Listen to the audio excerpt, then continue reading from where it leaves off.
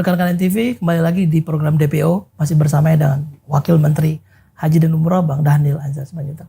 Bang Dhanil, ini sedikit nih, tadi kita ngobrol soal politik, ini meski di kantor Kementerian Haji ya, susah kita kalau nggak ngobrol politik sama Bang Dhanil ini susah, nggak bisa gitu, nggak bisa, udah melekat image itu. Bang, ini kalau boleh kita tanya dia, kemarin kan rame-rame soal banyak beberapa pihak yang mempertanyakan lah program-program prioritas Pak Presiden gitu ya, macam-macam lah, sampai soal pemakjulan itu. Bang Dhanil yang 8 tahun melekat dengan Pak Presiden Prabowo, kita tahu betul lah naik turunnya berapa kali kontestasi nasional. Abang melihatnya seperti apa nih Bang? Pak Prabowo itu ngelihat kritik itu biasanya adalah arena dialektika ya. Beliau sih fair saja dengan semua kritik-kritik yang masuk asal dia konstruktif. Kadang-kadang kan ada yang kritik yang destruktif. Artinya destruktif itu dia tidak berpikir terkait dengan common interest, kepentingan bersama begitu, kepentingan umum gitu.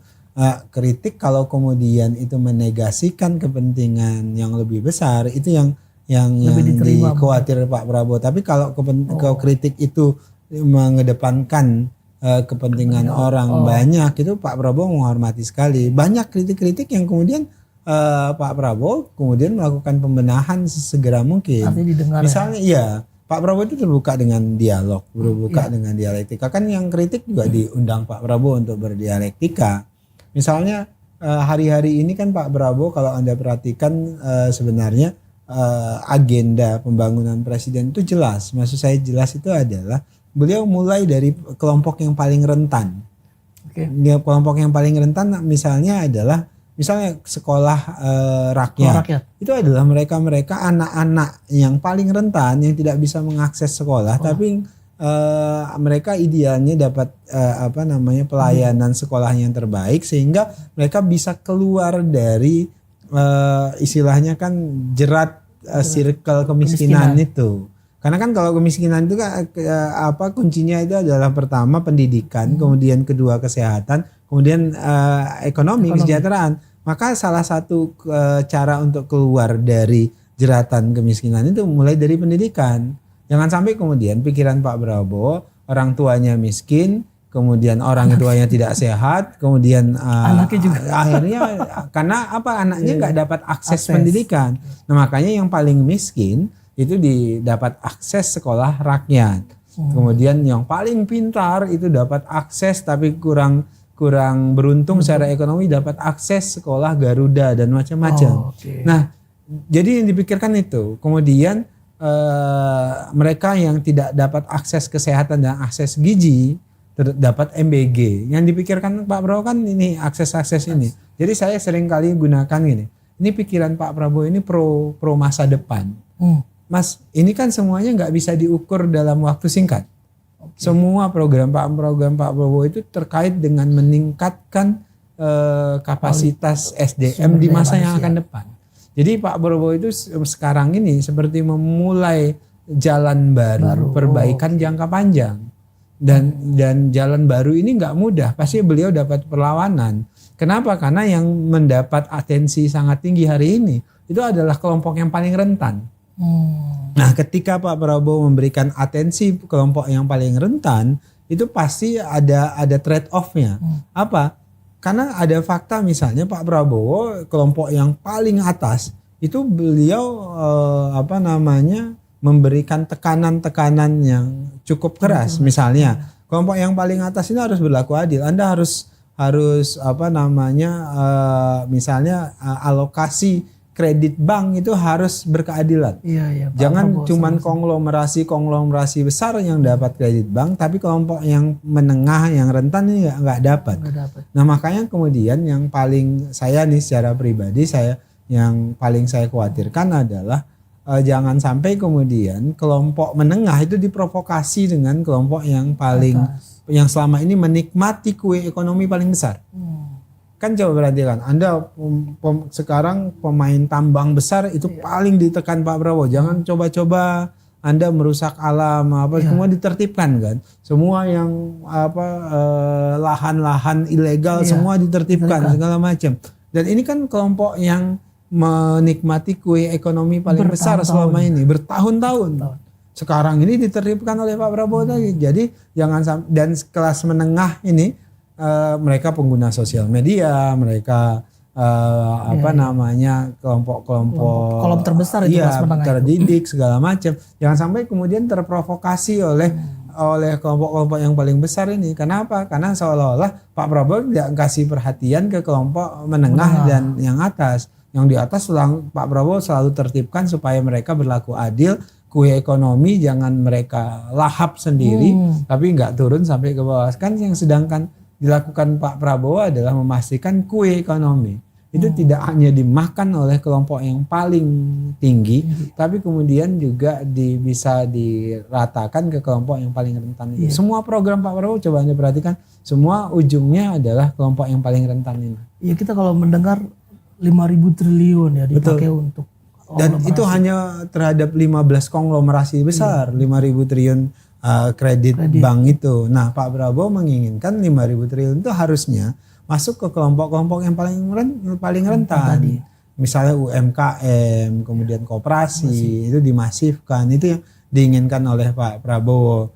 Nah, itu juga yang kalau kemudian secara manajerial ada yang kurang-kurang, itu hal yang wajar. Misalnya MBG ya, Mas. MBG ada banyak yang kurang-kurang pasti. Anda bayangkan ngurusin makan tiap hari untuk lebih dari 80 juta orang itu nggak mudah. Betul. Sama kayak kami ngurusin 221.000 orang haji, apalagi ini tiap hari gitu. Ini kalau di haji 40 hari gitu. Itu pasti nggak mudah kan Mas. Nggak mudah, pasti ada yang salah. Pasti ada yang disobedience, tidak sesuai dengan aturan atau nggak patuh dengan standar yang sudah dibuat. Nah, tinggal memang bagaimana memitigasi dan mengurangi maladministrasi dan malpraktek terkait dengan MBG misalnya. Pun demikian dengan sektor-sektor yang lain. Jadi memang cukup Pak Prabowo itu sadar betul ya. Bahkan ini akan ada perlawanan. Pasti.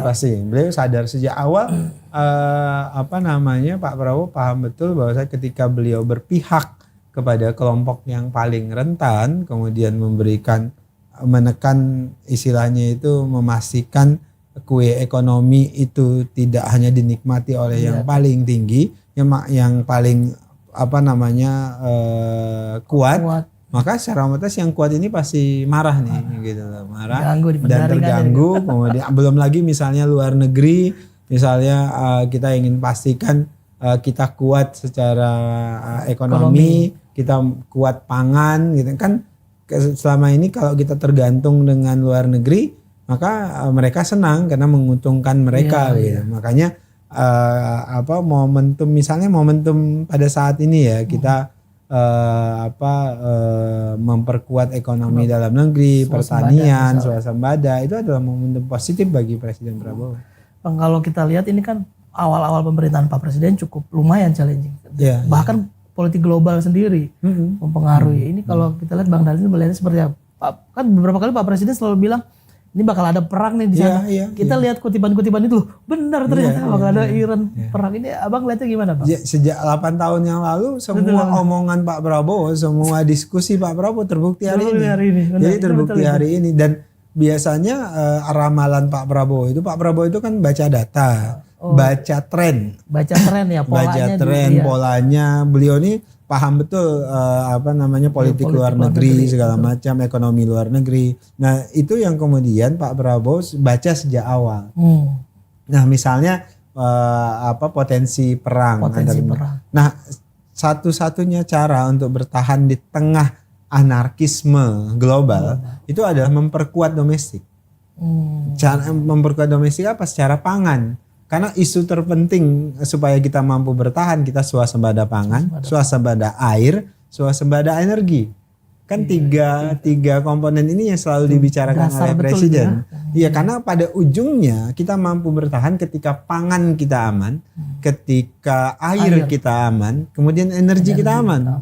Gitu. Jadi 3 hal ini aman, maka ketergantungan kita terhadap negara luar itu bisa berkurang. Jadi karena ke depan itu yang paling penting itu adalah 3 hal ini. Negara yang tidak bermasalah dengan 3 hal ini, dia pasti kuat. Itu yang di benak oleh benak Pak Prabowo sejak awal. Makanya swasembada pangan itu harus jadi target utama pemerintahan Presiden Prabowo.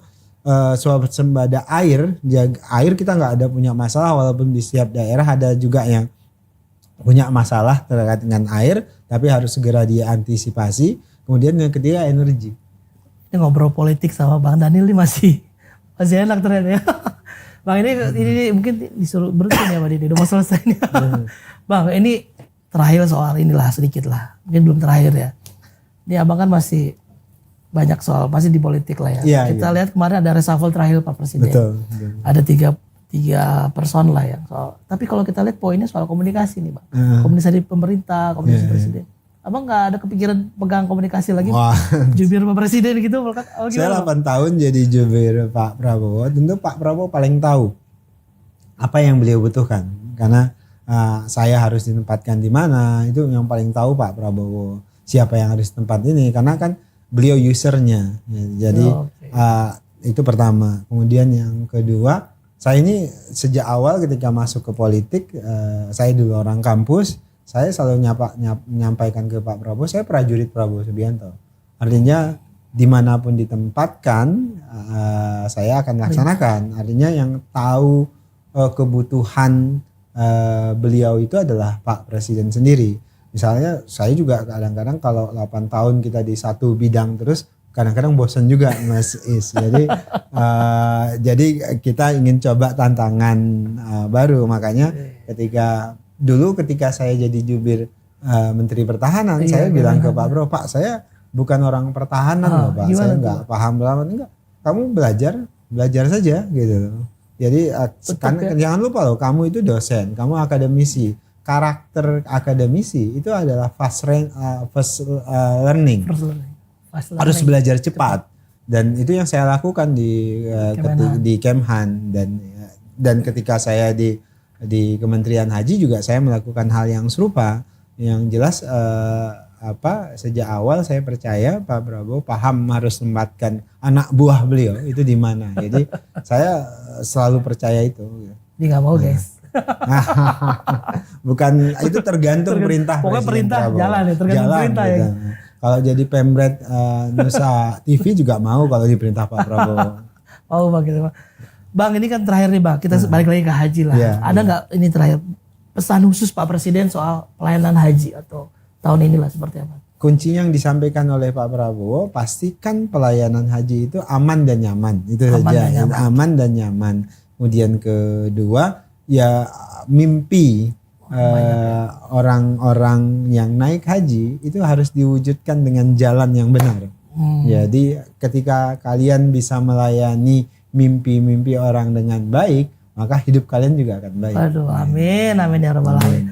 Bang Daniel, terima kasih sekali udah ngobrol-ngobrol. Sehat selalu. Sehat-sehat. Ini saya kasih dulu teman-teman. Terima kasih rekan-rekan NTV yang sudah nonton. Jangan lupa nonton sampai selesai. Subscribe, like, komen di semua sosial media kita. YouTube, TikTok, ntvnews.id, dan Nusantara TV. Terima kasih yang udah nonton sampai selesai. Demikian ngobrol-ngobrol dengan Bang Daniel Anzar Simanjuntak, Wakil Menteri Haji dan Umroh Republik Indonesia. Tim DPO izin pamit. Assalamualaikum warahmatullahi wabarakatuh. Salam.